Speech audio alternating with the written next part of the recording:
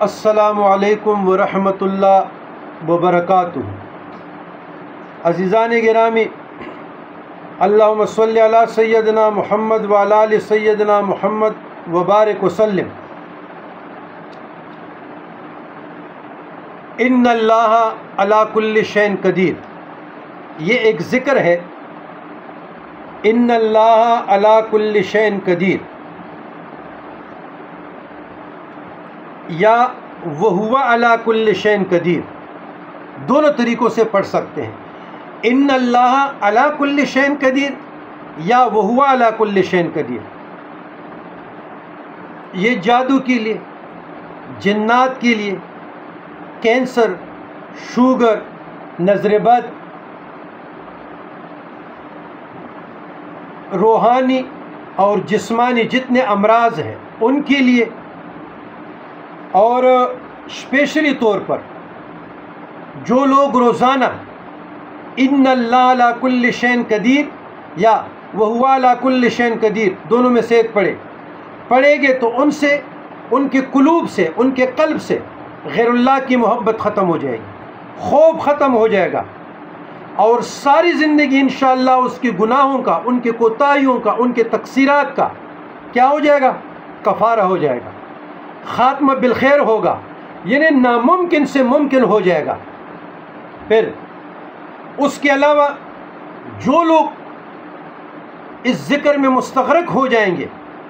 توجہ سے پڑھیں گے، اجازت سے پڑھیں گے، فکر سے پڑھیں گے، خالص ہو کر اللہ کے لیے پڑھیں گے، تو پھر کیا ہوگا؟ اس پر ظاہری اور باطنی اسرار منکشف ہو جائیں گے، اس کے قلب میں، پڑھنے والے کے قلب میں انس اور محبت الہی پیدا ہوگا۔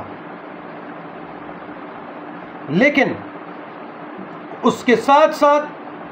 کشائش رزق کے لیے، دنیاوی قشود کے لیے، تنگ دستی اور مفلسی سے نجات کے لیے، ایون کہ ہر غرض کے لیے، ہر حاجت کے لیے جس نیت سے پڑھے گا انشاءاللہ وہ ہوگا، حاجت روائی ہوگی، تمام حاجتیں پوری ہوگی۔ لیکن یہ ذکر 1000 سے لے کر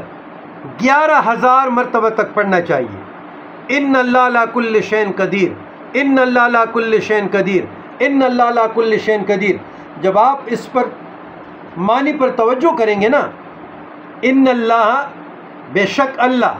علی کل شیء قدیر، ہر چیز پہ قادر ہے، ہر چیز اللہ کے قدرت میں ہے، قبضے میں ہے۔ مثلا کوئی نکاح کے لیے پڑھتا ہے، مان نہیں رہا، اور آپ قادر پہ یہ توجہ رکھیں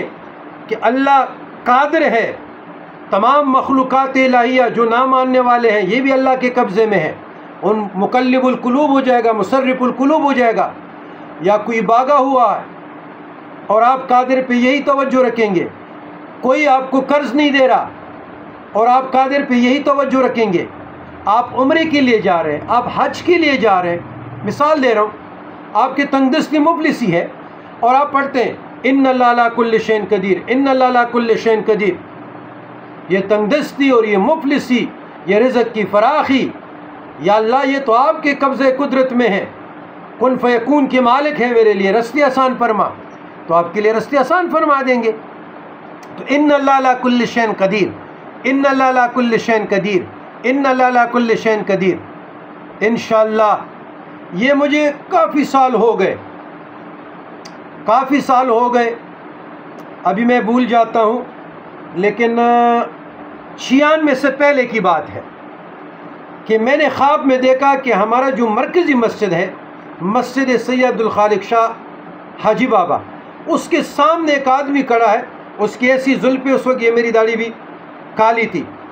اور واردات قلبیہ اس سے ریلیٹڈ مجھے ذکر دیا گیا تھا۔ اس وقت ہم بہت مشکل میں تھے، تو بالکل میرا ہم شکل، اور جب میں نیند سے بیدار ہوا تو میرے زبان پہ یہ ذکر تھا، تو اللہ تعالیٰ نے پھر کچھ دنوں کے بعد میری کشود کیا اور اللہ نے میری مدد کی۔ تو بات یہ ہے کہ ہم تو آپ کو صدق کے دل سے بتا رہے ہیں، پیار سے بتا رہے ہیں، بغیر غرض کے، بغیر غایت کے، بغیر لالچ کے، سارے وظائف بزرگان دین کے مجربات میں سے ہیں، قرآن سے ہیں، احادیث سے ہیں، یا بزرگان دین کی مجربات میں سے ہیں۔ الحمدللہ ہم نے پڑھے اور خود عمل میں لائے، پھر آپ لوگوں کو بتا رہے ہیں۔ اب کشود اللہ کے ہاتھ میں ہے، لیکن آپ جب صدق کے دل سے جلد بازی نہ کیجیے گا، شیطان کی طرف سے ہے، انشاءاللہ کشود کیوں نہیں ہوگا؟ ہو